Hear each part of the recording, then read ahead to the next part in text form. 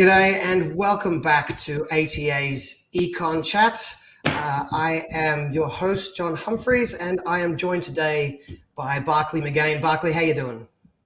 Not too bad, thanks, John. Great to be here. We're sweltering through the heat up here in Queensland, but I'm inside and I've got the fan blaring, and I'm keen for another great chat about economics. The fan? What's that? I got Econ up here in the civilised part of Queensland. So EconChat brought to you by, as you might be able to tell, ATA EconChat. It's brought to you by the ATA, Australian Taxpayers Alliance. So thanks for joining us. This is a casual and interactive chat. What do I mean by that? Casual as in it's unscripted. You'll be able to tell over the course of the next hour due to the ums and the ahs and the interruptions and the confusion. So we don't have a plan. Happy to get distracted. Speaking of distracted, the second part of that, interactive. If you are watching along live, you can chat as you go on Facebook. There you go, live. Facebook or YouTube. Put your chats in there. We'll be reading it as we go. And we are delighted to get distracted. So please chuck in your criticisms, your comments, your disagreements. We might be able to get into a live debate back and forth. And we are happy to run down rabbit holes and get distracted if there are good questions or even just bad questions. And especially any comments that are critical of Barclay, please. Look forward to it. Yes, I'm lovely, aren't I? So please like and subscribe and share this if you're watching it live. You could be watching it in one of 3 different channels. This is hosted on my personal channel, John Humphreys, the Australian Taxpayers Alliance, and Good Source, both on YouTube and Facebook. So wherever you're watching it, could you do me a favor? Just quickly go down, scroll below the screen, and click through onto our YouTube channel and give us a follow. Subscribe to the Australian Taxpayers Alliance and John Humphreys and Good Source YouTube channels, and that helps us with the algorithm. It helps more people see this content. So thank you for that. Events, did this last time. I think I'll try to make a habit of it. What events are coming up? There's a couple that are related to China coming up. So we've got, again, this is in the write-up of this episode. If you look down the write-up under the screen, you should be able to see that the CIS, the Centre for Independent Studies based in Sydney, they've got a tour going on talking about China. They've got a panel of experts talking about how to deal with China going forward.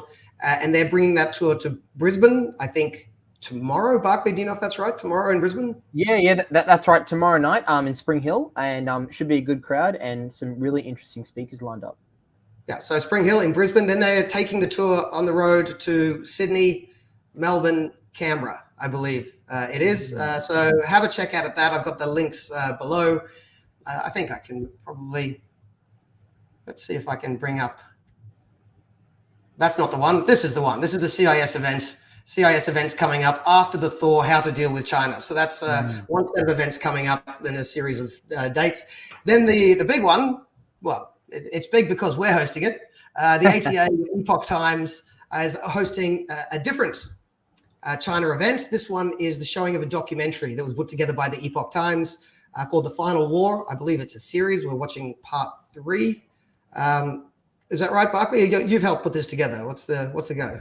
Yeah, that's right. So we've liaised with our good friends at the Epoch Times. That's a media outlet that is shining the light on the injustices of the CCP on racial and religious minorities living in China, but also outside of China, even in other countries, and particularly in ours in Australia, where they're shining the light on CCP's influence in our campuses and whatnot. And what they're screening is this film called The Final War. And The Final War is a 7-part film series, and it's about the China's secret plan to defeat America, but not just America, but also the West, and the West as we know it, and that includes Australia. And I think you'd have to be living under a rock over the last 5 years to not see how China has involved themselves in things like the housing market, our politics, and corporate sphere as well. So we've got a premiere next Wednesday night, February 15th, and we've got an all-star lineup. And I think it's appropriate for me to say that, John, because you are on the lineup. So we've got John, he's our chief economist here at the ATA, and alongside him we've got 2 renowned speakers in this space. And first off is a name that a lot of our viewers might know, and that is George Christensen.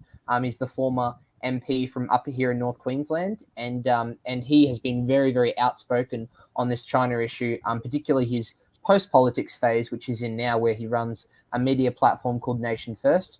And even more special, perhaps, is Dr. Sean Lin, who himself was, I think he was a member of the US Army. And not only that, he was a survivor of the Tiananmen Square massacre, where he was a student in China at that time. So he fought on the front lines for freedom of Chinese people about over 30 years ago now. So it's a great lineup. It's a very diverse lineup in terms of their experiences on this topic. And we hope that everyone can come along and watch it, because it's going to be a great event, John. Yes, I do love we were talking about this earlier. I do love the fact that you managed to find an academic lecturer for this one. Not one of those pesky non-academic lecturers just saying now I did not put those words in there. But Barclay ensures me that it's going to guarantee we double ticket sales. So I look forward to that. Well, you see, there's so many fake lecturers out there, John, and there's so many lecturers who are out there to brainwash our kids. And I mean, I face them all the time as a current university student. And let me tell you, John, you're one of the better ones. And there's a few that exist, but you're certainly in that category. Well, let me just say from the outset here really quickly, I haven't lectured for a year. So I just wanted to, with that, look, I was lecturing at UQ. I was actually lecturing at UQ about China between, I think, 2018 and 2021. I was lecturing about China at UQ, which was a lot of fun. Most other academics didn't want to lecture about that subject because they were worried if they lectured too anti-China, they'd be called racist. If they lectured too pro-China, they'd be called a spy.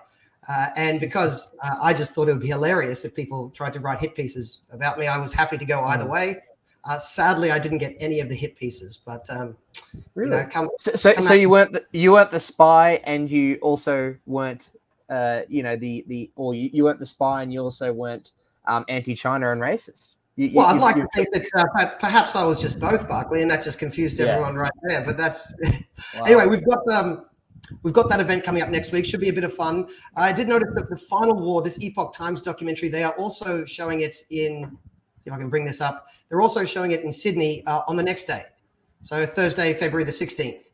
And their lineup, if I can find it here, we're not putting this one together, so of course everyone should just fly up to Brisbane to watch the event that's being put on by the ATA. But if you're stuck in Sydney, then your condolences, and they've got an event on also with Sean Lin, and I think moderated by Fred Paul. So that could be another interesting event. Look, the other thing I wanted to say in terms of events, and this one's a bit further away, so get along to those China ones. They look fun. But the Friedman Conference is coming up. It is only 5 months away, is it? I think it's about 5 months away. Yep, so you've still got a bit of time, but get in now. We've got the early bird tickets for sale, alsfc.com.au. And we can announce that now that we've got Spike Cohen, the former Libertarian Party vice presidential candidate, is going to be coming over and speaking at the Friedman Conference this year. So it's from the 7th to the 9th of July, 7 to 9 July at the UTS Aerial Function Centre in Sydney, where we usually are if you've been in the last 8 years. So jump online and get those tickets. And g'day, Jean. So I should say Jean Tunney, now my pseudo-regular co-host, is feeling a bit sick, couldn't make it in. And this is why you all have to put up with my work comrade here, Barclay. Sorry, Barclay. Keep throwing shade. It's very rude of me.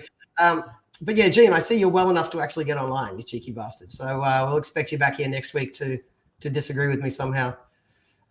So that's some events we got lined up. By the way, if you know of any events coming up, feel free to reach out, get in touch with either Barclay or myself.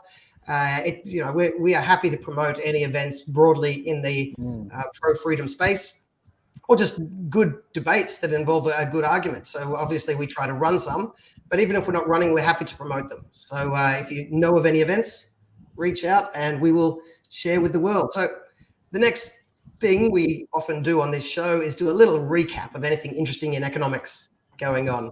And I haven't got anything too big or exciting other than the news that I think a lot of you will already have heard. If you haven't, the RBA has again increased interest rates. So Australian cash rate, the RBA interest rate is now up to 3.35%. A quick reminder, less than a year ago, in May last year, it was at 0.1. 0.1, and then we've had 9 consecutive increases, which has taken it up to 3.35. And this is bad news for mortgage holders, and I am one. I don't enjoy this news. But and we've talked about this plenty of times before on this show. The issue is the Reserve Bank kept interest rates too low for too long.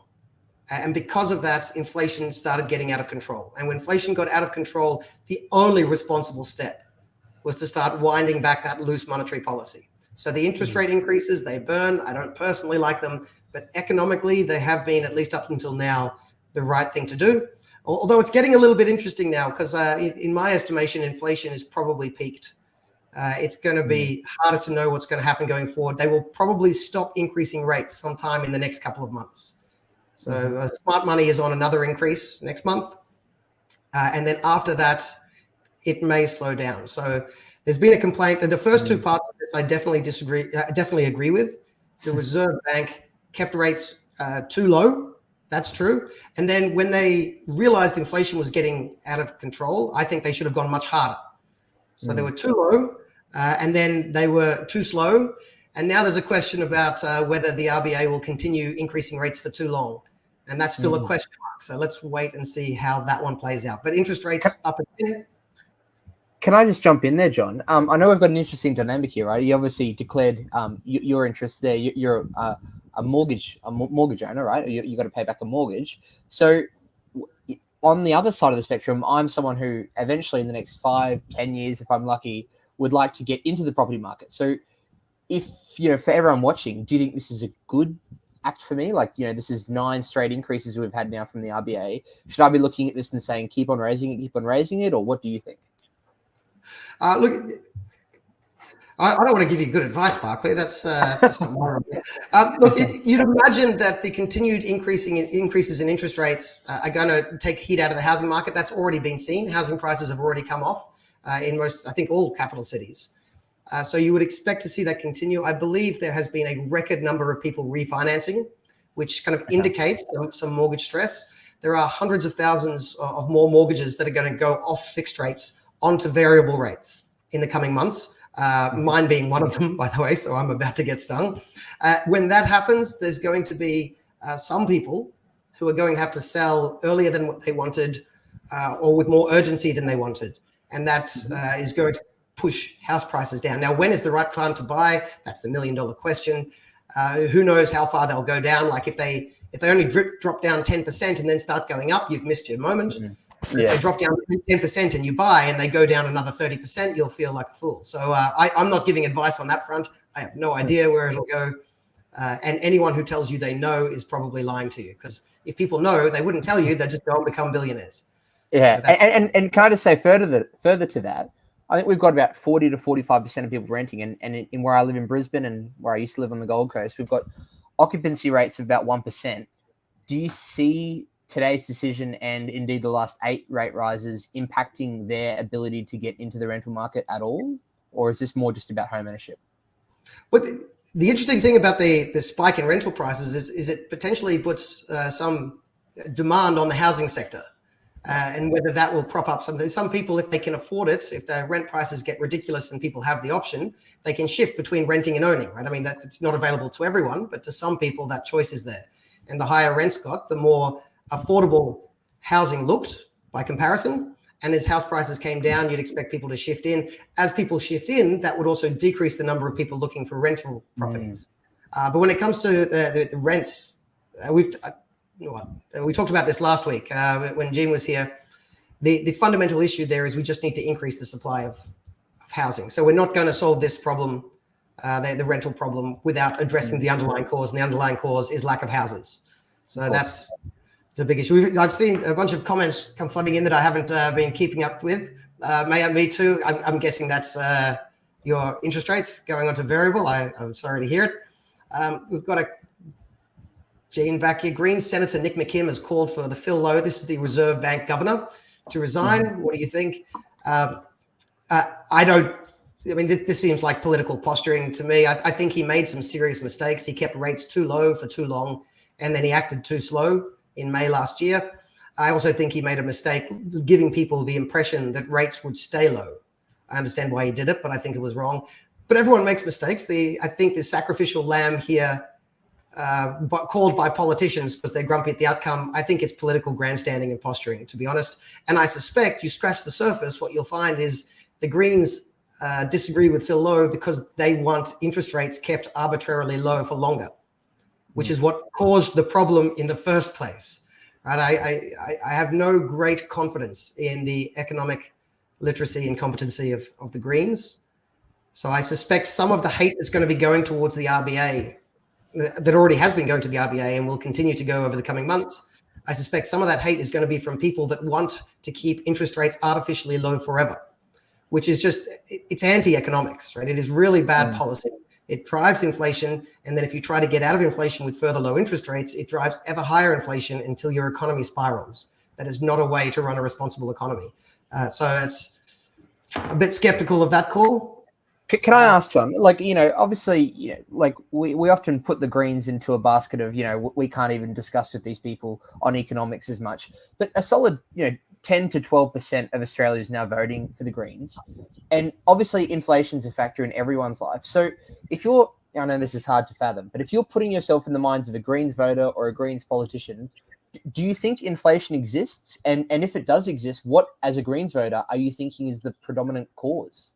Yeah, I think there's two parts we're discussing. One is, people who watch politics closely understand that the Greens have been defeated by the Red Greens. These are the two widely known factions within the Greens party. The Greens, people who just genuinely really do like trees and spotted owls and just happen to be accidentally left-wing on economics. Whereas the Red Greens are the ones that are motivated by actually being socialists. And, they also like trees. Right. And so the Red Greens have taken over, the socialists have taken over the Greens party. If you follow closely, most people know that.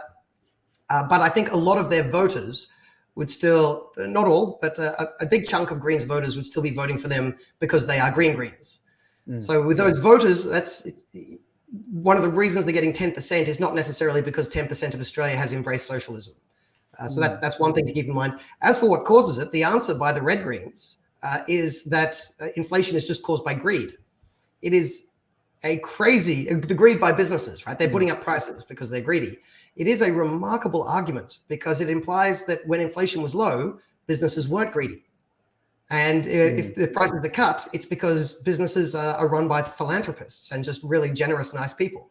Of course, prices go up and down according to the market. Supply and demand dictates the movements in prices in most markets.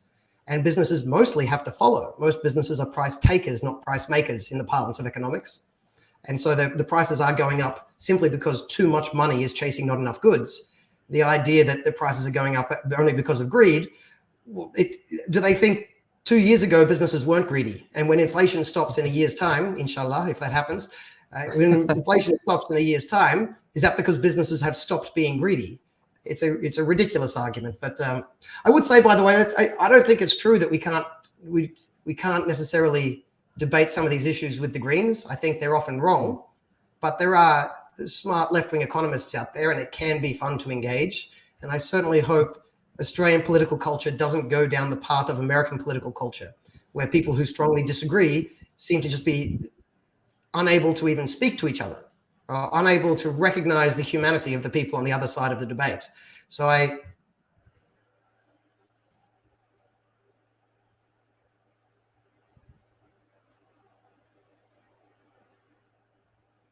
I'm happy to have Red Green. No, what? Back in, back out. Someone let me know if you're watching along at home. I believe we lost the internet for a moment. You're back in now. Okay. All right, wonderful. It was just me. Look, the internet is telling us to move on to the next topic. I've got a few other comments coming in. Melissa, I'm still building after 16 months, feeling the pain. Yeah, this is the supply chains, and that has been an issue. A lot of that has come back to the issues in China, their never-ending lockdowns. So some of the good news on the economic front for the world is that oil and gas prices have come down a bit, and China is reopened. So hopefully some of those supply chain issues might relax. Now, I don't mean to be Pollyanna about this. I think, as the last couple of weeks showed, I'm quite pessimistic about the immediate prospects for the Australian economy. I think we may already be in a recession, but there is a little bit of good news there. So not all hope is lost. What do you think, Barks? If I had to, if forced to bet, where do you think the economy is going for the next 6 to 12 months? I don't know that things are going to get much easier in terms of inflation, I do think we may have peaked. For someone like yourself, paying off a mortgage, I don't think it's going to get much easier because housing prices are going to decrease. But at the same time, for someone like myself who's looking to get into the housing market with higher interest rates and things like that, it's going to be quite more like a lot more of my own personal capital invested for a down payment or a deposit. And it's harder to build that down payment or a deposit when prices of everything are going up. We saw not too long ago the Albanese government has completely wound back any 6-month restriction that the former Liberal government put on the fuel excise tax. So we're now paying an extra 22 cents a litre every time we go and fill up at the Bowser. And I travel back from the Gold Coast to Brisbane almost every weekend, and so I certainly feel the pinch there. But I do think it's still, I guess, plateauing. But if there's any solace, I don't know that this is uniquely to us, would you say? I think housing is definitely an issue where Australia's disproportionately feeling the pinch. But as far as inflation goes, would you say it's happening worldwide and that no Western country so far has been able to effectively tackle it? Or are we an outlier in your view? It's happening in a lot of countries. It's not happening equally everywhere. And that's because different countries have taken, to some degree, different policies. And this is a nice segue in for Trevor's comment. He says the inflation and interest rates are due to COVID. There's a lot of truth to that. But if you just say that, like you say, a lot of people don't want to hear it. Unpacking it a bit makes it a bit easier for people to understand. Why are interest rates going up? Because of inflation. Why do we have inflation?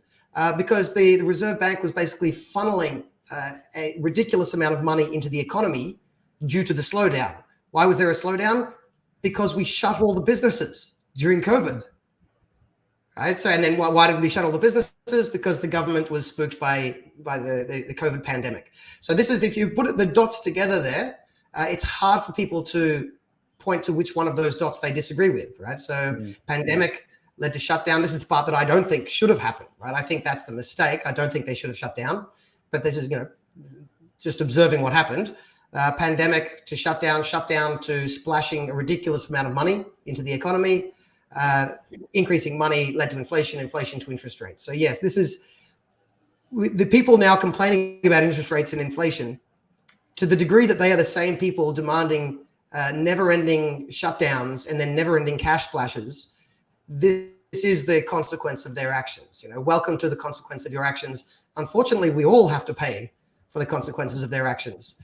Although I'd be happy to send them the increase in my mortgage payments every week so that they can live with their choices. We should, I think, jump into our two topics for today. The first topic, I'm going to give you the first topic, Barks. Brilliant. Awesome. So I will set you up here to take the screen. I'm primed for this. Here we go. Well, I'll let you talk about your topic and I'll just come in later. So the floor is yours. Fantastic. Well, we were kind of shocked yesterday. One of the loudest and, in my opinion, most obnoxious people in our Australian Parliament is former Green Senator Lidia Thorpe. And I say former, and that might be a shock to a few of our listeners tonight, as it was only 24 hours ago that Lidia Thorpe said that she was going to leave the Greens. In fact, yes, you heard that correctly. She is too left-wing for the Greens. And I think this is a precedent I've not really seen in our Parliament where someone has been too left-wing for the Greens and they've actually been already serving in the Parliament. Obviously, we've seen examples on the right with people like Fraser Anning, but no, Lidia Thorpe is out on her own. And now what is she leading? She's still going to remain in the Senate. As we looked up yesterday, she's got another 6 years in the Senate. So instead of dismissing her into irrelevancy, perhaps we should see what she plans to do for this next 6 years as a senator for the embattled state of Victoria. And as she revealed to us yesterday, she's going to lead the Black sovereignty movement.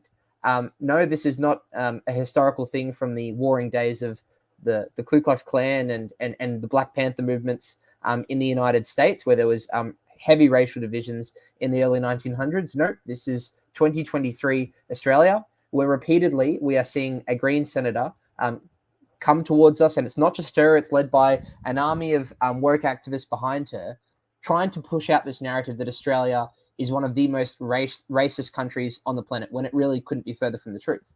I think there was a study that I was researching today from the Washington Post in 2016 showing that it surveyed people on, would you feel comfortable living next to someone of a different race, living near your home? And Australia had one of the lowest percentages. And if you look at some of the areas where it was some of the highest percentages, you've got war-torn nations, in the Middle East, African nations which are impoverished and have dictatorial governments which seek to try and divide people. So it's quite fair to say that there is quite a linear relationship between countries which seek to prolong and divide us along racial lines and complete, tyranny on a government level, huge inequality in the country.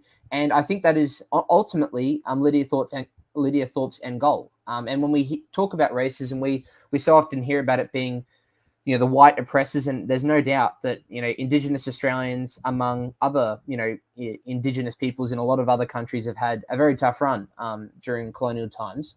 But nowadays, in modern day Australia, it couldn't be further from the truth. And now the number one statistic that a lot of these people leading the Black sovereignty movement will cite, and we saw this, rear its ugly head in the Black Lives Matter movement in 2020, which Lydia Thorpe, as you can imagine, was a prominent campaigner on, was about this deaths in custody. And the deaths in custody report, which all of them are told to adopt, that the Australian government are told to adopt, their own report found that on a per capita basis of prison inmates, a non-Indigenous person was more likely to die in Indigenous custody. And obviously, people can point to the absurd rates of deaths in custody, and I think it's something that we can all agree should be sorted out and at least try and reprimand these kind of things, people dying at the hands of what they should feel safe under with cops. But a lot of them are misleading statistics. So, for instance, if you're driving your car and you're being followed by a police officer who decides to turn on the sirens and you decide to do a runner and you crash into a pole, that's a statistic for deaths in police custody. And now Lydia Thorpe and co decide to take to the streets on days like Australia Day, which should be a day where we all come together and unite, and talk about these statistics as though, you have this image in your mind of the cop who is kneeling on George Floyd's throat, when it couldn't be further from the truth. And the other key statistic is that there is systematic oppression on a government level, and that comes in the form of things like discrimination in housing, in our parliament, not electing enough Indigenous people, even though they are overrepresented for their population. But on a welfare level, it was found in a 2013 report by the AIHC that non-Indigenous Australians received $6,019 per year from the Australian government, the average non-Indigenous Australian in welfare payments. The average non-Indigenous Australian receives $13,968. Now, the average Indigenous Australian receives $13,968. I think, so 13,968 for Indigenous Australians, and apologies for that. But there's important to add caveats here. There is, of course, a disproportionate amount of Indigenous Australians in regional areas, and I think a lot of people, a lot of middle-of-the-road people will agree that it makes sense that people living in regional areas ought to be afforded more welfare because they're more disconnected from society. Often they support the resource sector or the farming sector, so they're more well-deserving in that sphere. But this is a gap which is 2.1 times higher.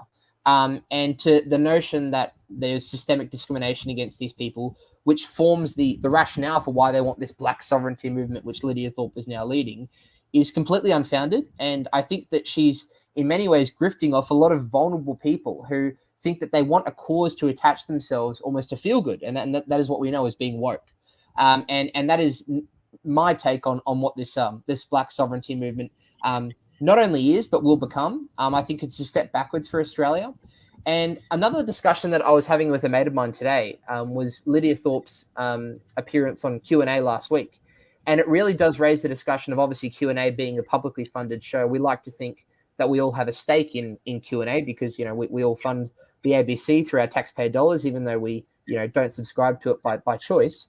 And whether or not her views are something that we should be platforming on a publicly funded national broadcaster, particularly when you see other conservative voices being deplatformed consistently on a television platform like the ABC and the Q&A program. So that's one of my big stories of the week. It's been going off on Twitter. You've got a lot of people really polarized on this issue. And the reason why I think it's all coming to a halt on this issue and why Lydia Thorpe has decided to pull the pin this on yesterday is because we have this voice to parliament referendum coming up later this year. But would you believe it? And I expect a few conservatives or libertarian types watching the stream to, rejoice here. But Lidia Thorpe is actually pushing a no vote. And the reason why is because she wants this treaty. It's almost like the enemy of my enemy is my friend, or like the horseshoe theory, which a lot of political theorists talk about, whereby you've got someone on the far left agreeing with people who are, mainstream or centre right and right wing. So it's quite an interesting time. I'm interested to see where this Black sovereignty movement goes. Who knows? Maybe it will play into the hands of people who champion the white sovereignty movement. It's a very small percentage of Australians. I do not identify them with them in any respect, but who knows? Maybe they're on board with Lidia and her views for racial segregation, apparently. So I'm keen to hear your thoughts on this, John. Obviously, I've touched on a key range of different issues there, but I do think that they are all related to this Black sovereignty move, which is really an act of political grandstanding by Lidia Thorpe. Yeah, there is a lot to unpack there. I guess your last point, I've always thought it's quite amusing. If white nationalists and white supremacists were a bit smarter, I would have thought they would embrace the woke movement. It seems to be very much in their interest. If you go to the old cliche of separating everybody into their own racial lines, and you have your white cafes and your black cafes. I mean, if the white nationalists were a bit smarter, I would have thought they would embrace the woke. This is places for blacks only. This place is for Asians only. This place is for insert latest other group, and then there would just be one other place for all other. And then the white nationalists would have what they want. They would just go to the all other place. So, that's just an amusing side. I'm going to push back on one thing and then ask you a question. Firstly, of course, yeah. I think it's a good thing if Lidia Thorpe has a view that it represents some real section of the community, then having her voices aired in public, I don't think is a bad thing. When I say that I think sunlight is a good disinfectant to bad ideas, I'm not just saying that because I like the conservative person being shut down lately and I need a cover story. I genuinely think if there's bad ideas out there, I want people to know how bad the ideas are. If there are people out there, if there are greens out there voting for Lidia because they think she just likes trees, I want them to know exactly what she thinks.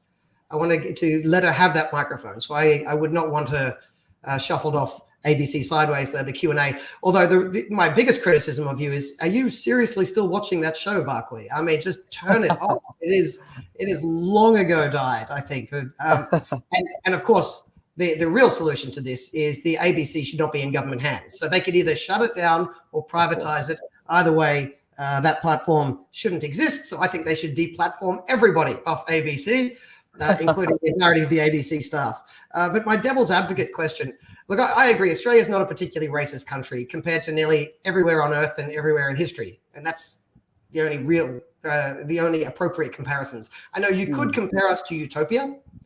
And next to Utopia, we fail. We fail badly, like everyone does. But compared to history and compared to the world, we're not a racist country. Sure. But as you pointed out, Aboriginal people in our country did have a tough go of it for quite a long time. And some of the situation they are left in now, many Aboriginal people are in now, is probably a consequence of those previous decisions. And I know one of the arguments that's often made, which I'm very sympathetic with, is that, all right, well, we've got to fix our behavior so that we improve the standard of our behavior today. But one counter argument to that is that the situation they're in today is because of bad behavior in the past. Doesn't that justify going above and beyond? Doesn't it justify perhaps some amount of positive discrimination, as it's sometimes called, a weird set of words, but you know what I mean, to help if there's people that because of that history have been left a step behind, is there not an argument for giving them that extra step? To my mind, not at all. And I think the reason why is because we are society, an individualistic society. And what you've done there, whilst definitely true, and it's definitely true that someone born to wealthier parents is more likely to have a better upbringing than someone who is born to less wealthier parents, of which, due to years of discrimination, is disproportionately going to be Indigenous Australians. I think we have to champion the idea of the individual. And the question is that if we were to give something in the form of something like reparations, for instance, which we often hear from people like Lidia Thorpe and people like AOC, and in fact, many people are calling her the AOC of Australia, now, and that is Alexandria Ocasio-Cortez. She's talking about reparations for African Americans. I believe that challenges the idea of the individual and punishment on the individual for their own wrongdoings. If there is someone who has carried out an injustice against anyone, whether they be any kind of racial group, they should be punished there on the spot. As opposed to, you can't posthumously, punish someone because of injustices of what their parents or grandparents did. And I think that is the inevitable reality of when you try and, level the playing field by saying, okay, we're unequal for a long time, so let's have a few years of it being unequal the other way. That is invariably what it ends up doing. It ends up punishing people who didn't necessarily commit the atrocities that we are looking to, rewrite. And that is the truth. You can't rewrite history. I might be a minority in saying this, but I do think it was good that the government, Kevin Rudd, he actually led an apology of sorts for atrocities. Not that he individually did. He was not apologizing on himself, but on behalf of the government. And it was indeed the Australian government who, enacted things like the inability for Indigenous Australians to vote up until the 1960s or 70s, which should rightfully be heralded as a great moment in our country's history. But the idea that we're now completely shifting the tectonic plates, if you will, in many ways, like what South Africa is doing, and you have incredible racial tensions still going on there, arguably just as high as when they had apartheid South Africa. I don't think it's a step in the right direction, and I think it's a complete threat to individual responsibility. So that's my take and my kind of refutation of that. But no, point taken. It's a hard playing field to level out. Yeah, for my mind, I've asked the devil's advocate question. Now I'll come back in. Look, I think there is a decent theoretical case to be made for the government having made poor decisions in the past, and the government then owes recompense. If you can sue the government, and if they've done something wrong, the government pays. Now you could say that's punishing all the taxpayers that put the money into the government, but if the government does something wrong, it could make sense to hold them accountable. My concern is, while that could work theoretically, for it to work in practice, you then need to assume a sufficiently competent and benevolent government. And then this is where the best laid plans of mice and men often falls apart. So, exactly how long to do it, to which people, where, and who do you punish and how. But yes, that's putting that aside. The other thing about this whole topic I find interesting, we talk about different forms of symbolism. It seems to me there are still very practical steps we could be taking to remove what I still consider to be leftover discrimination that harms Aboriginal people. And that is the systems, the institutions and structures we have in Aboriginal homelands that currently exist in this country. And I've said this before. I think you've heard me say it before. I don't know if I've said it on camera. Mm-hmm. There is a system that was used in the 20th century that failed everywhere it was tried. Soviet Russia got poorer. Communist China got poorer. North Korea is still poor. Venezuela has got poorer when they've tried socialism. Everywhere that's tried it, it has failed. It is not something that you would experiment on people you like. Under the Whitlam government, the Aboriginal homelands are literally run as socialist homelands. There is no private property. People think, because I understand today everyone calls everyone a commie and a fascist, and everyone just assumes it's hyperbole.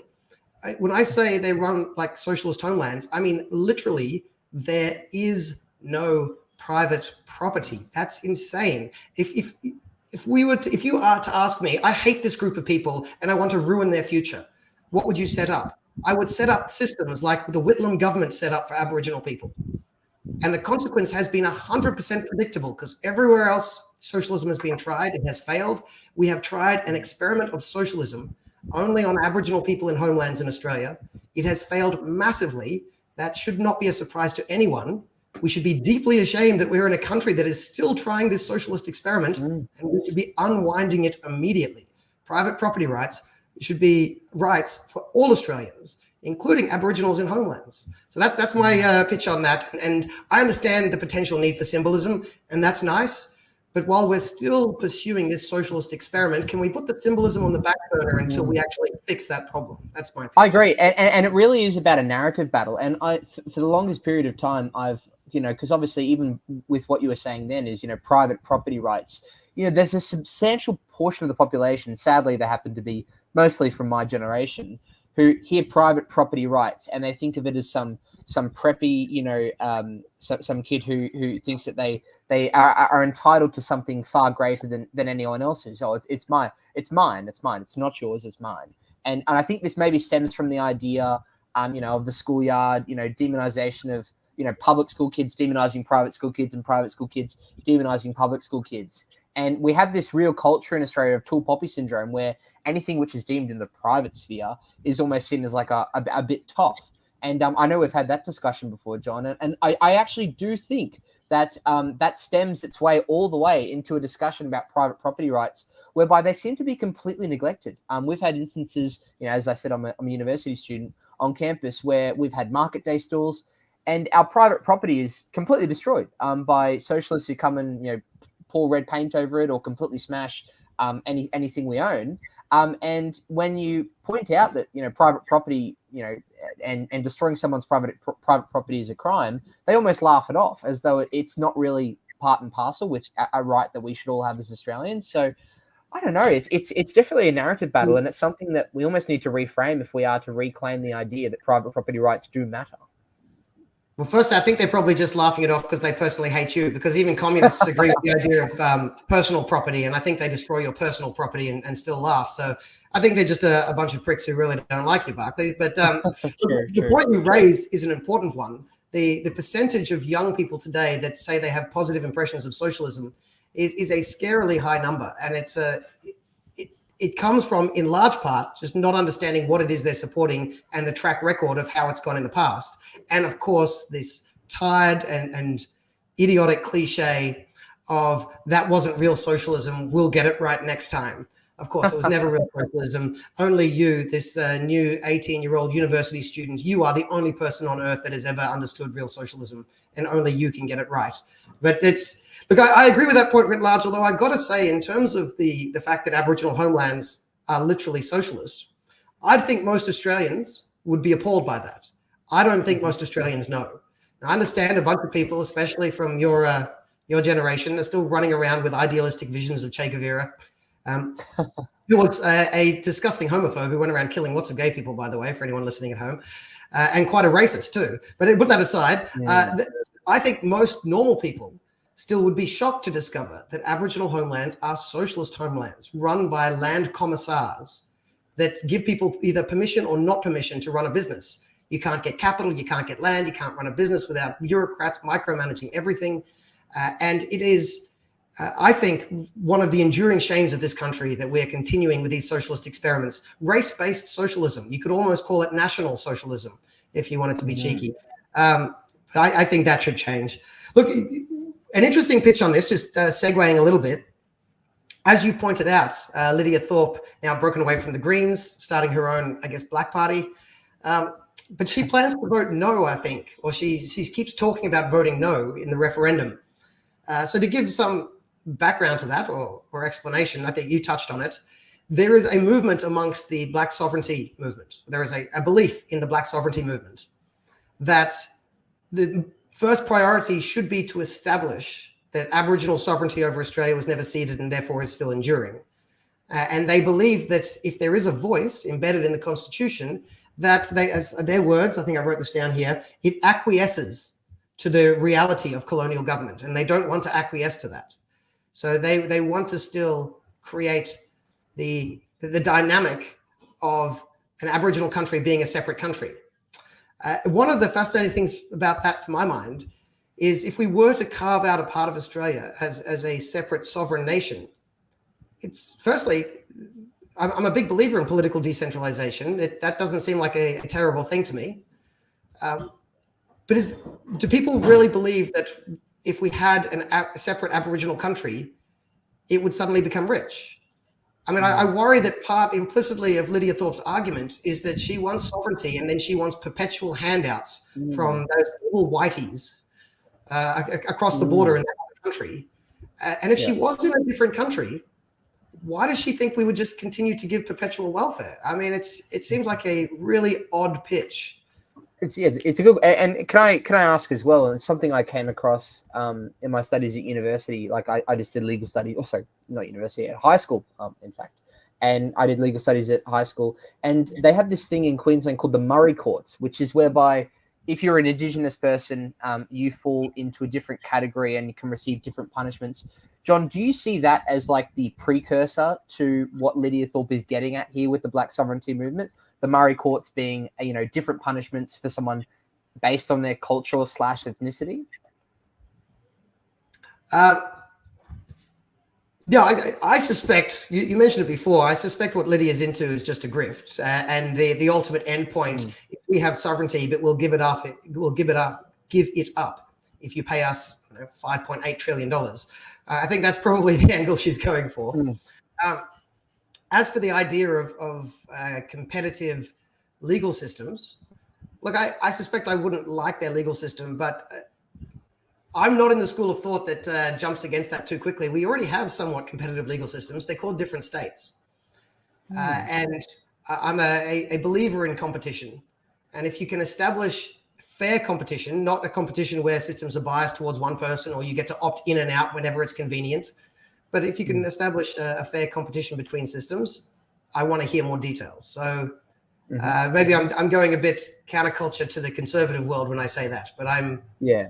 I guess if I was to argue the archetype response to that, and I think it's probably one which I would probably believe myself, is that competitive. You take something like competitive federalism, right, where you've got different states competing with different laws, I guess, to attract interstate migration and things like that. It is based on characteristics that aren't innate, like your ethnicity, like as Lidia would have us believe, your culture. And I think that's probably where there's a slight distinction, and that would be the response that I'd maybe give to that. Yeah, that makes sense. I mean, I'd want to see the detail of how it works. There's often these legal systems you can eventually opt in. Maybe they'd have a non-opt-in one. But I'm also, and again, I'm going a bit counterculture probably to everyone on this. I think it's obnoxious to be racist, but I think it should be legal to be racist. And if racists want to get together and make racist clubs and introduce racist rules in their racist clubs, I think it's obnoxious. I think they're probably a pack of pricks, but I do think my tolerance extends to people coming together in voluntary groups and making mistakes and being assholes. And if you don't tolerate people you strongly disagree with, what does the word tolerance mean? So, okay, we're getting a bit sidetracked on that anyway. It's a good discussion. Maybe we should definitely bring in some experts and have another round at this. I do notice the time, and I wanted to get on one more topic. Of course. By the way, if you're watching at home still, thank you. Please give this a like. Please go and subscribe. If you are watching anywhere else, please check out our YouTube channels, the Australian Taxpayers Alliance, and also the John Humphreys YouTube channel. And please subscribe there, give it a like, give it a share so we can keep this rolling. I'm going to take over the left part of the screen again, Barclay. Look, and the topic I wanted to talk about, this is quite a segue. I don't know how to segue this well. I haven't quite got that sort of Ben Shapiro-esque way of just smoothly getting to another topic. So I will just put Black sovereignty down, and I'm going to pick up a totally different topic. Voluntary superannuation. We have compulsory super. We have compulsory super in Australia. It was introduced under Keating, so this was going up to 30 years ago. And there is a debate sometimes about whether it should stay at 9.5% or 10% or go to 12 or go to 15. I would like to put another option in. The compulsory level should be 0. It should be voluntary. And there's a bunch of rebuttals to that. And I'm very aware of them. I wrote a report about this topic for the NPAQ, the Nurses Professional Association of Queensland. I wrote it a couple of years ago. I printed out a copy here, not that helps you all, but I did put a link underneath this video. So please go and check that out if you get a chance. I'm just going to be talking a little bit to that article in my rant here. Wait a second, I've got to put that comment up there. Voluntary everything, well said, informed dissent. But at least in this instance, voluntary superannuation. Now, I understand the reason for voluntary super is understandable. There's twofold reasons. One is some people save too little and it screws up their retirement and you want to help fix them. So it's a paternalistic argument of these people are making a mistake. Let me fix their life. Now, when I say it's paternalistic, I'm not a fan of paternalism, but there is an internal logic. It is true. People make mistakes. There is some truth to that. And if you could have a benevolent, godlike figure come and fix all of our mistakes, it's theoretically possible you could improve our lives. So let's put that argument is out there. That is a real argument, perhaps forcing people to save more will improve their long-term well-being. And the other argument is that without superannuation, we have the aged pension. The government pays the aged pension. It is expensive. It is bloody expensive and getting more expensive. And what are we going to do about this ever-increasing cost on the government purse? One solution is require people to save for their own retirement, and then they will use their forced savings, their superannuation, and they won't use the pension, and it'll save the government money. So those are the two big arguments in favor of compulsory super. And I would put back against both of those that they both utterly fail the test of just checking, well, is that true? I mean, it's kind of important. I understand people have good intentions. We should not be judging policy by intention. We should be judging policy by outcomes. And what I'm about to say will seem boringly obvious, but it is so often not done. You should only have government policies if the benefits exceed the costs. Now, as soon as I say it, everyone says, yeah, of course. But that is so rarely how we assess government policy. Right? So we should require that of politicians. We should require that of bureaucrats. We should require that of anyone offering some new fandangled government program or a defense of a government program. Wait a second. Do the benefits exceed the costs? I understand you have good intentions. That's very nice. You get a gold star and you can call yourself moral. But does it work? It's far more important than do you think you're moral? So going to these points, does it help people? Does it help fix people's decisions so that they're better off? And no, and no in important ways. Forced savings, I've written this down as a couple of lines here. It forces people to save often, not always, like sometimes it helps, but often it forces people to save the wrong amount in the wrong way at the wrong time. What do I mean by that? The wrong amount. Well, let's split the public. I know there's 1,000.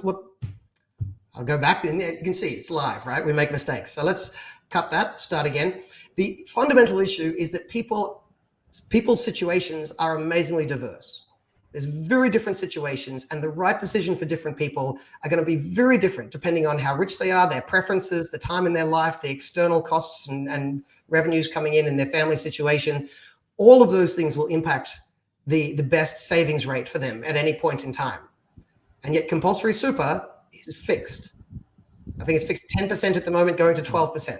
Someone can correct me if those numbers aren't right, but their point is they're fixed for everyone. It's not 6% for some and 15% for others. It's a fixed minimum amount. And what you really need to do is allow for the fact that very different efficient savings rates are for different people at different times in their life. First thing to consider, the very low income people on like the lowest 20 percentage points, for those people, when they switch to the pension, their income goes up. Let's consider that. When they're working, they've got such a low income that when they switch to the pension, their income goes up.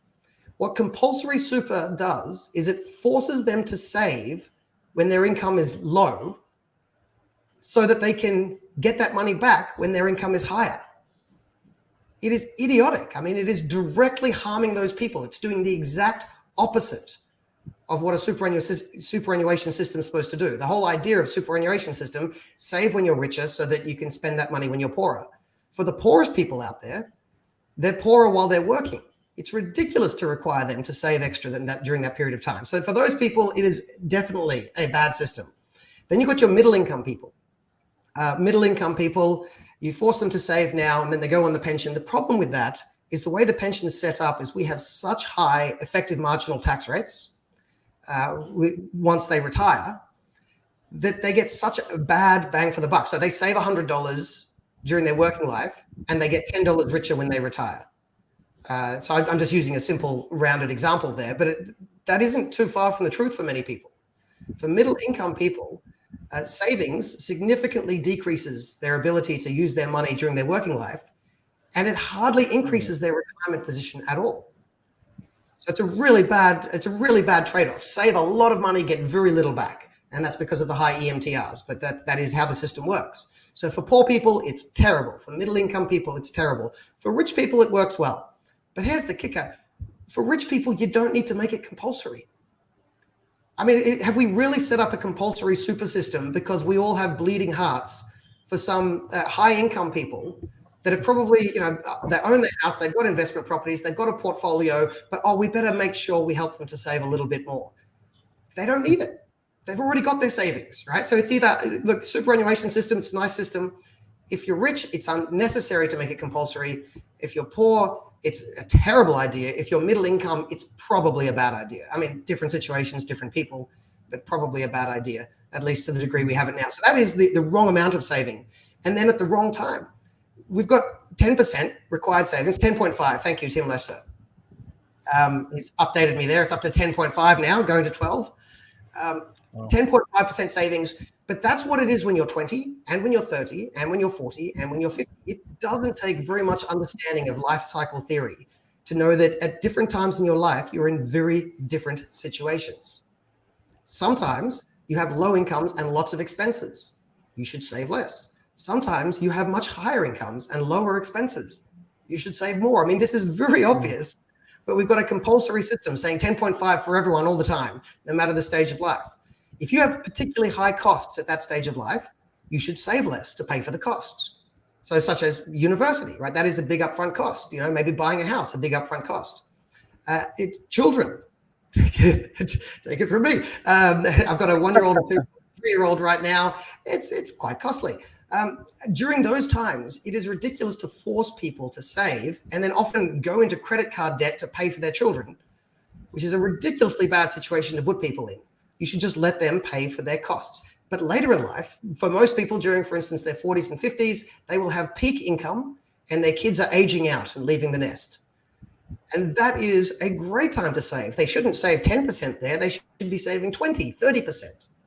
So sometimes you should save 0. Sometimes you should save negative, right? Going into debt for university. Sometimes 0, sometimes 5%, sometimes 30. But instead we have a rule saying everyone 10.5%. No matter how rich you are, no matter what your preferences, no matter what stage of your life, no matter how many kids you've got, no matter what other costs you've got going on, no matter if you have big health expenses you can't avoid, no matter if you want to buy a house. Which takes us to the third point here. So that's the wrong amount at the wrong time and in the wrong way. How should people save and invest? Well, look, shares is a good option, and that's what super is.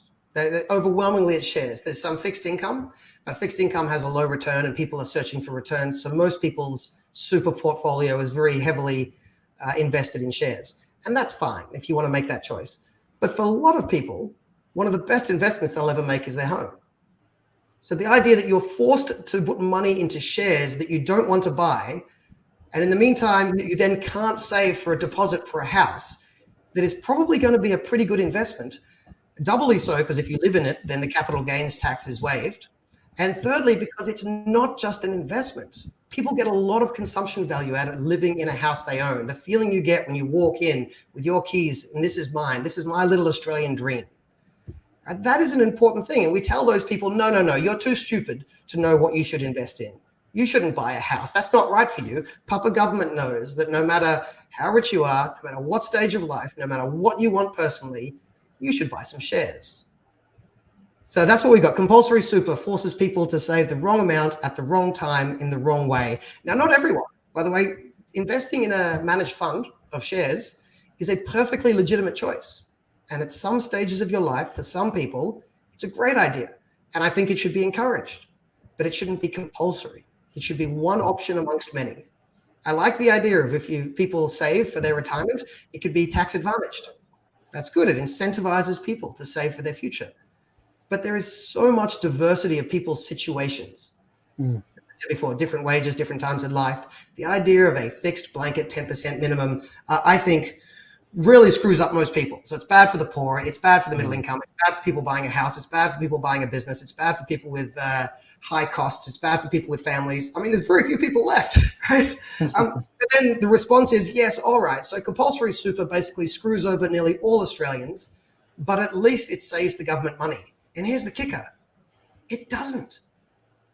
The current system we've got now has not improved the budget balance. If you look at the totality of it, the benefits and the costs to the budget, which the primary thing should be the benefits and the costs to the people. But if you look at the benefits and the costs to the budget, switching to the compulsory super system has cost the budget money. Right? There's been 68% of people are still on the pension when they retire. So most people are still getting some amount of pension. But now we have forced more and more people into tax advantage savings for retirement. And that is a tax expenditure. That costs the budget. So it's not even achieving that goal. And as part of that argument, by the way, because the government just forces people to save, it absolves them of the responsibility to actually make good policy that incentivizes savings. We should have policy that incentivizes savings. You should do that by making it a good idea. But instead, the government can just make it a terrible idea, and they have, right? I mean, they've made superannuation for poor and middle-income people a terrible idea. And then they go, oh, we don't have to fix the policy. We can just force them. So I think that is a terrible point. Having said all of that, that's not even, none of those points are my main reason for disagreeing with compulsory super. Compulsory super means that the super industry, which is basically big banks, big unions, and fund managers, those three groups basically control all of the super industry funds. That super industry, big unions, big banks especially, now have massive power in our system. Massive and underappreciated power in our system. They got so much power, they're able to drive up the fees so high that they're basically fleecing us up to 30 or $40 billion a year. This is an amazing amount of fees that they're taking from us, and they've got enough market power to be able to do it. They've got, and this was 2 years ago, these numbers, $3 trillion. $3 trillion under management. That's 150% the size of the entire GDP. That's bigger than the entire traded ASX, the entire Australian Stock Exchange.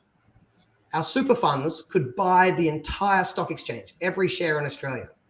And that would mean these big unions, big banks, but especially these big unions, would control a massive chunk of all the capital that exists in this country. Now, this will be a slight piece of hyperbole, but hyperbole is fun. The whole idea of socialism is the workers controlling all the capital. We say, oh, we wouldn't be socialist. We don't want to be socialist. We just want big unions to control more than 50% of all the capital in the country. And we want to pretend we haven't done it. And all of this power, it's not even dispersed around. It is concentrated in the hands of this super industry. And when they have that power, what do you do with power? Well, you drive up your own profits. And we can see that. The fees for Australian super industry is disproportionately above what it is for most other countries. So they clearly have market power. And when you have market power and you don't need to care about your customers, which they clearly don't, what can you do? Whatever you like. And you don't have to worry about the returns you're giving your customers. You can decide the most important thing, the most important way to use capital in Australia, it's diversity, inclusion, and equity. That's the most important thing. Or maybe it's stakeholder capitalism. Now, maybe we should go over and ask the WEF to tell us exactly how to use the capital. Maybe we should team up with the government and they can tell us the best places to allocate our capital to cure climate change and whatever other thing they want to do. And if our customers don't like it, you know what? Screw them. It's compulsory. What are they going to do? This is $3 trillion of capital in our country, controlled by the super industry, big banks and big unions. That amount of concentration of power should scare anyone. It definitely scares libertarians like myself. It should scare conservatives in the hands of these big unions, and there are a bunch of lefties running corporate agendas. But it should scare lefties. They're supposed to be scared of concentrated power. They always tell us that in every other situation. They don't want all this power concentrated in the hands of a few plutocrats. That's what we've got. And I would argue that the only way to weaken their power is to stop having guaranteed money. The compulsory superannuation. And you'll note whenever people argue for more compulsory super, look at who's making the arguments. Scratch the surface. You'll find a big bank, a big union, or a fund manager saying, you know, I think it's a really good idea if we force average people to give ever more money and power. Wow, I didn't see that happen. Anyway, so that is my rant. That is my pitch. We've gone well over time, but I enjoyed it. So thank you for tolerating me.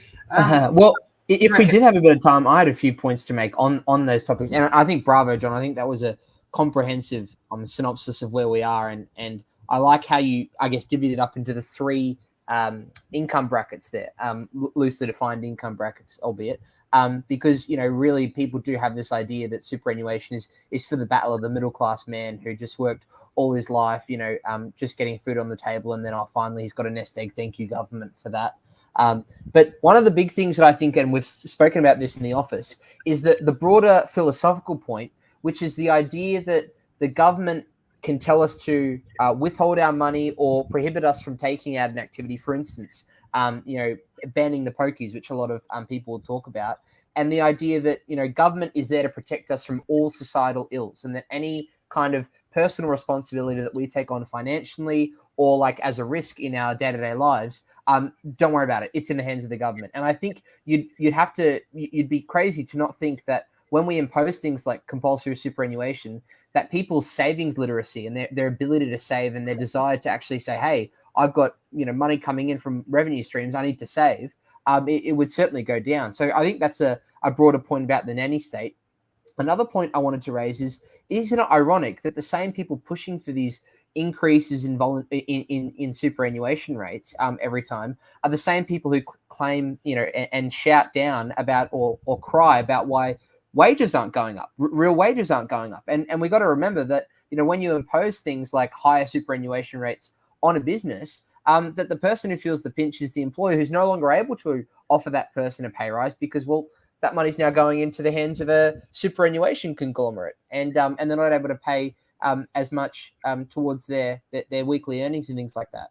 And I suppose the final one that I wanted to ask, and it's more of a question, I'll bring you in on this, John, is the coalition at the last election released a policy talking about how, I think you actually mentioned in the start of your monologue regarding people's ability to use their superannuation to buy a home, and you mentioned the feeling about this is my little slice of heaven, I get to use the key, open the door, this is all mine.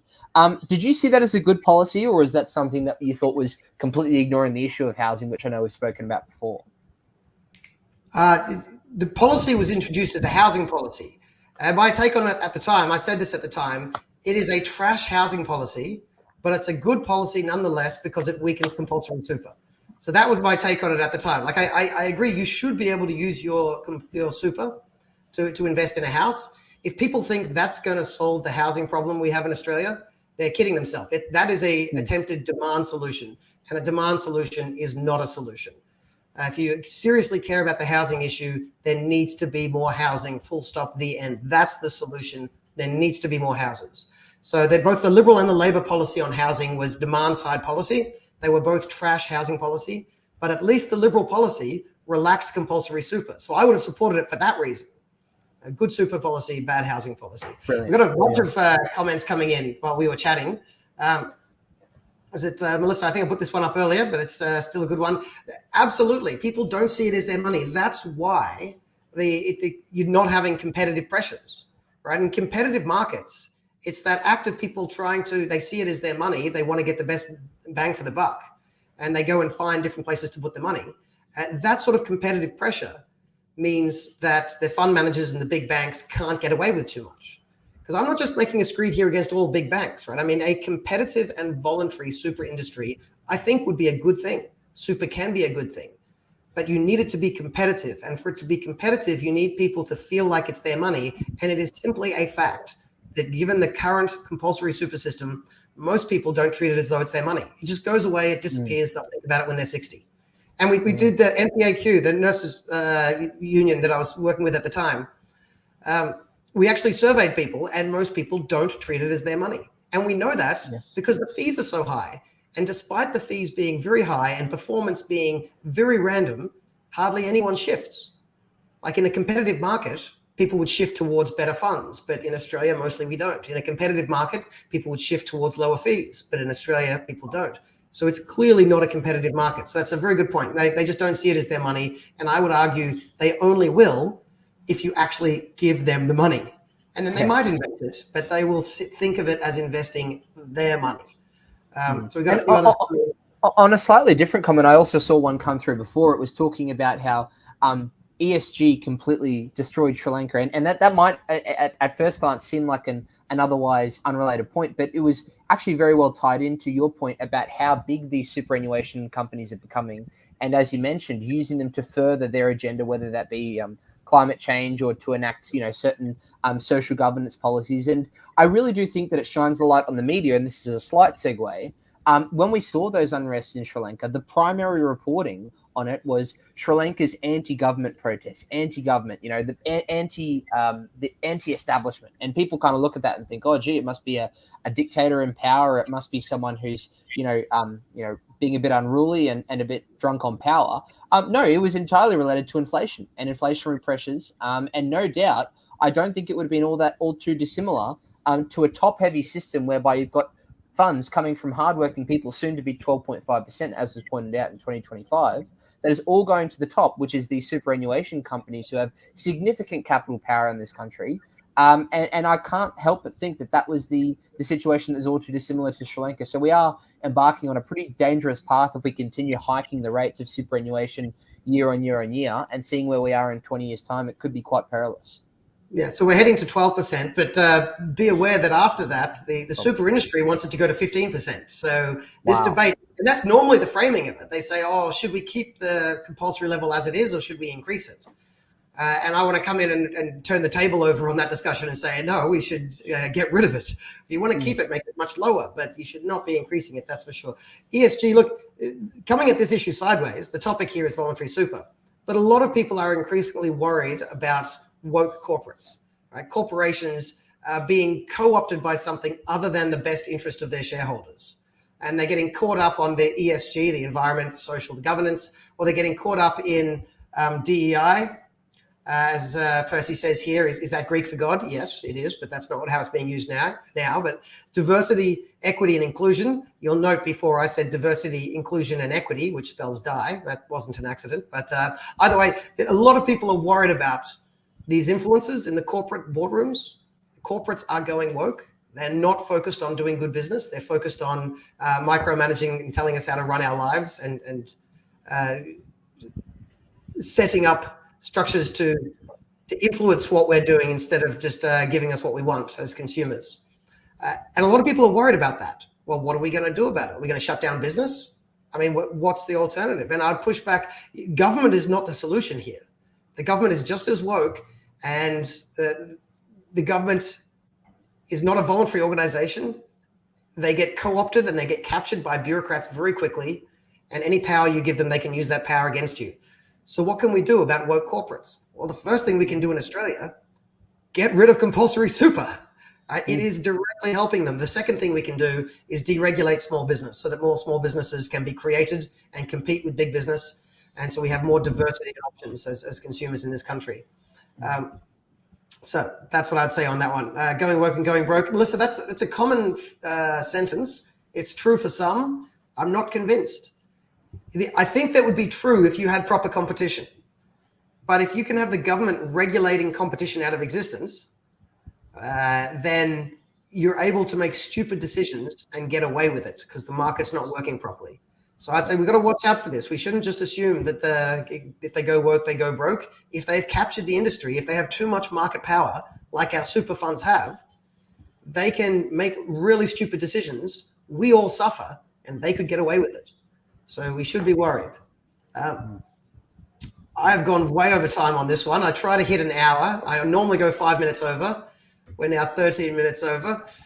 So I will look. Barclay, do you want to give a last shout out for the events coming up while I scroll and check what good comments I missed? Yeah, definitely. So for those who missed the start of the call, we have a really exciting event, and it really is a great event that we've had the privilege to run here at the ATA, and that is we're premiering the film The Final War. Now, it's a 7-part film. We are indeed only showing part 3. It's appearing at New Farm Cinemas. It's the Brisbane premiere for this film. It's the only showing in Brisbane and the state of Queensland, in fact. And it's launched by the Epoch Times. Now, the Epoch Times are an organisation which are shining the light on the atrocities committed by the CCP and arguing for religious and ethnic minorities in China. And, you know, to look at this film, we do look at China's expansion into the West, whether that be into our schools, our universities, our housing market, our corporate sector, our resource sector, in fact, as well, largely our resource sector, in fact. And we're looking at all of those factors. And who have we got on the panel? Well, we've got, you know, you've heard him tonight. He speaks quite eloquently, quite passionately. We'll see what his views are on to this topic, John Humphreys. And he was a former lecturer on this topic at University of Queensland on the subject Understanding China. Not only that, we also have George Christensen, MP, who a lot of the viewers will know, the former Nationals MP for Dawson. He's been very, very outspoken on the issue. And not only that, we've also got Dr. Sean Lin, who has written extensively for the Epoch Times and himself was actually a survivor of Tiananmen Square massacre. So an all-star lineup. There is a Q&A at the end, so you can ask these people your questions, get a photo of them if you'd like. Tickets are on the ATA website. It's also on our ATA Facebook page. I'll also make sure that there's a link in the comments tonight for anyone still looking to grab a ticket. They're $10 for students, $20 for adults, and they are limited, so you got to get in fast, John. Excellent. I'll make sure I get my ticket. I should probably show up. I think that would be polite. Yes. A comment here from Maya asking for investment advice, which is always dangerous. A lot of people are going to be in pain. Mortgages going up, house prices going down. Look, if you are living where you want to be long term, then ups and downs in the house prices shouldn't matter to you too much. If you are where you're going to be long term, if you're happy to stay there long term, and you can, if it still makes sense financially to pay the mortgage, you don't have to worry about the prices dipping now. They will go up eventually. The bigger question is what to do for people who their mortgage no longer makes sense, right? They could rent for cheaper.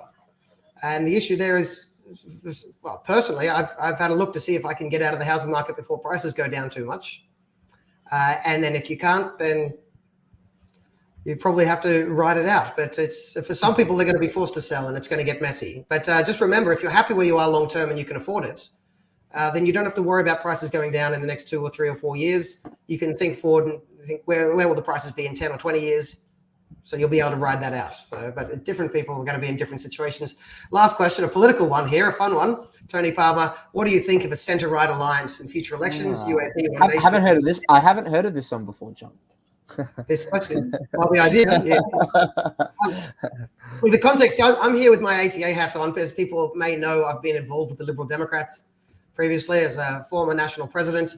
I am not the national president anymore. These questions are for other people now. So now I can just give commentary, which makes it a bit easier. An alliance, look, in the federal election, it doesn't look like minor right parties have much of a chance unless they do start to cooperate more. What that cooperation looks like, that's the $1 million question. I could imagine cooperation that looks very effective and should be done. I can imagine pretty stupid looking cooperation too. So like so many things, the devil's in the detail. Let's see what the detail ends up being. But look, it's definitely conversations worth having by the people who can have them. With that said, I think we've come to the end. We're coming up to an hour 20. That's a pretty good session. Barclay, thank you very much for coming in and joining us this evening. Remember, everyone, 7 p.m. Tuesday evenings, Queensland time, 8 p.m. New South Wales, Victoria time. For all the other states, you have to work it out yourself. I can't remember all the times in this country. But we're going to be here every week, every Tuesday, to take your chats and chat about the economy of the day. So please join us again next week. Once again, please give this a like. Please go and find our channels on YouTube. John Humphreys, the channel, the Australian Taxpayers Alliance channel, then Good Source. Go and find those and give us a subscribe, a follow, so that you can find us in the future. But that's it for today. Thank you all for coming along. Let's see if I can get the outro, and I'll see you next week. Thank you. Hey, DJ, what do you think of the budget? Budget naughty. Yeah, budget naughty.